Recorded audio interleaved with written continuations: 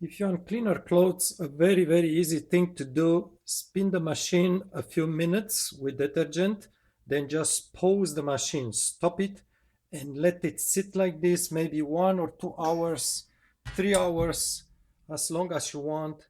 The detergent will really clean very deeply without spinning, without working at all. And when those hours are finished, just keep spinning it, finish the cycle, rinse, and so on. And yes, I am using one of these really great Maytag with vertical tumble. It's amazing. It's just, I didn't repair anything on it, and I think it's like 40 years old or so. And another thing, you see, this is how much detergent I'm using. It's a very tiny amount.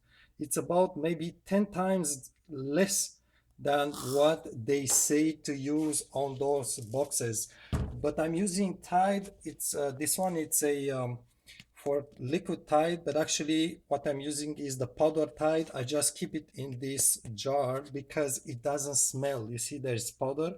I just use the funnel and just pour it in there, and it does not smell at all.